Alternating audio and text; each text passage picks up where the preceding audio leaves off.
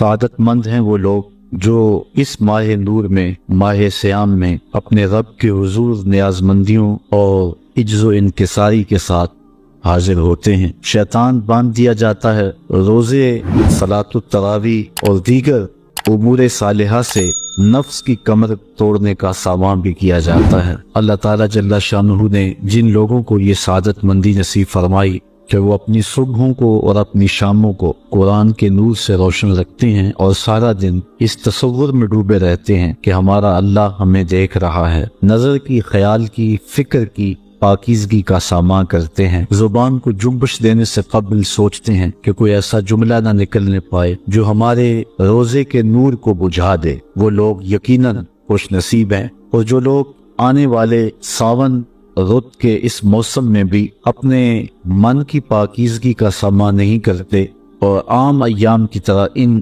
دنوں کو بھی گزار دیتے ہیں، وہ بد نصیب طبقہ ہے۔ اگر وہ روزہ رکھتا بھی ہے تو حضور نے ارشاد فرمایا کہ جو جھوٹ اور جھوٹے کام نہیں چھوڑتا اس کے بھوکا پیاسا رہنے کی اللہ کو ضرورت نہیں ہے۔ یہ تقوی کا موسم بہار ہے اور اس میں ہم نے اپنے من کی اصلاح کے لیے کوشاں ہو جانا ہے۔ اللہ تعالیٰ کی توفیق شامل حال ہو جاتی ہے اور نفس سے لڑنا آسان ہو جاتا ہے۔ دو دشمن تھے، ایک دشمن باندھ دیا گیا۔ اذا جاء رمضان سلسلۃ الشیاطین، فرمایا گیا کہ جب ماہ سیام آتا ہے تو شیاطین جکڑ دیے جاتے ہیں۔ مسجدوں کے دروازوں کا کھل جانا اور لوگوں کی رغبت اللہ کے گھر کی طرف، تلاوت کلام مجید کی طرف، ذکر فکر کی طرف، نمازوں کی طرف دل کا کھچاؤ، صلاۃ التراویح میں حاضری، یہ اس ماہ نور کے فیضان ہے۔ سحری کا مزہ الگ ہے، افطاری کا لطف اور ہی نرالا ہے۔ حضور علیہ السلام نے ارشاد فرمایا للصائم فرحتان، فرحۃ عند فطرہ و فرحۃ عند لقاء ربہ۔ روزہ دار کے لیے دو خوشیاں ہیں، ایک خوشی اس وقت اسے نصیب ہوتی ہے جب وہ روزہ کھولتا ہے، اس کا ایک ایک انگ اور ایک ایک جزو بدن اور اس کی ایک ایک رگ زبان حال سے اللہ کا شکر ادا کر رہی ہوتی۔ جب سوکھی رگوں کو ٹھنڈا پانی سیراب کرتا ہے تو بندہ زبان سے نہ بھی بولے تو اس کا دل دھڑک کے کہہ رہا ہوتا ہے رب تیرا شکر کہ تو نے یہ نعمتیں ارزانی کی ہیں۔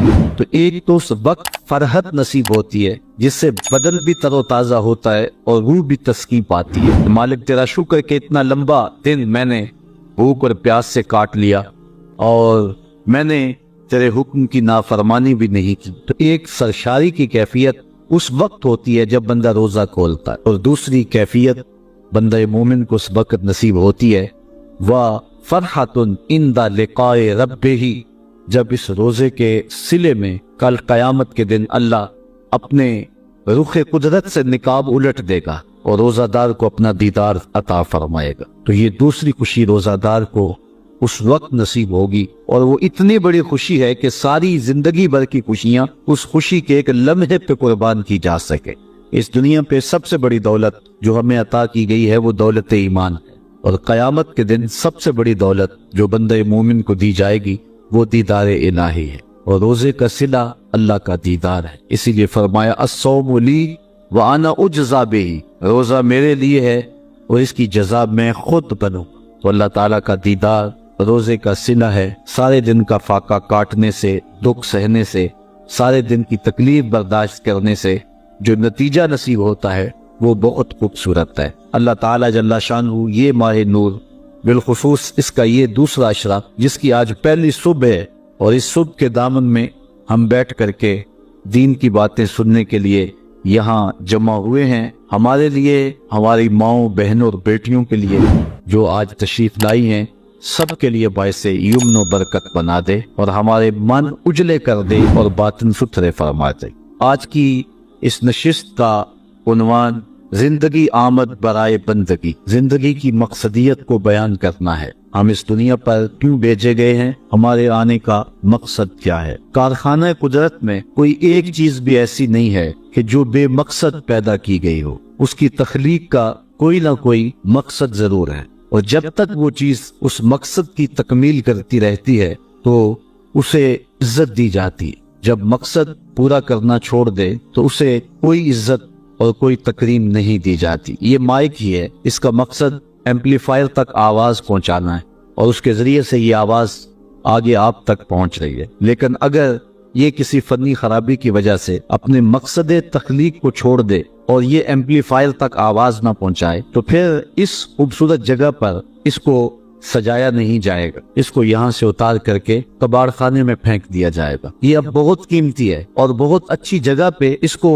مرتبہ دیا گیا ہے، لیکن پھر اس کی کوئی توقیر نہیں ہوگی۔ اسی طرح کائنات کی ہر شے اور ہر چیز اپنے مقصد کی جب تک تکمیل کرتی رہتی ہے تو عزتوں کی مسند پہ اسے بٹھایا جاتا ہے، اور جب مقصد پر عمل کرنا چھوڑ دے اور مقصدیت سے عاری ہو جائے تو پھر اس کی کوئی توقیر اور کوئی عزت نہیں رہتی۔ اللہ تعالیٰ جل شانہ نے حضرت انسان کو بھی کسی مقصد کے لیے پیدا کیا ہے، بے مقصد اس کو پیدا نہیں کیا گیا ہے۔ اس کائنات کے اندر چھوٹے چھوٹے جانور بھی بے مقصد پیدا نہیں کیے گئے، انسان تو مقصود ہے کائنات کا، اور جس کے لیے پوری کائنات کو تخلیق کیا گیا ہے وہ انسان کیا بے مقصد پیدا کر دیا گیا ہے؟ اس کی تخلیق کا کوئی مقصد نہیں ہے؟ یقیناً اس کی تخلیق کا کوئی مقصد ضرور ہے، اس کی تخلیق کا کوئی مدعا ضرور ہے۔ اللہ تعالیٰ جل شانہ نے اس مقصد کو، اس مدعا کو قرآن مجید میں بیان فرمایا، ارشاد کیا وَمَا خَلَقْتُ الْجِنَّ وَالْإِنسَ إِلَّا لِيَعْبُدُونَ، ہم نے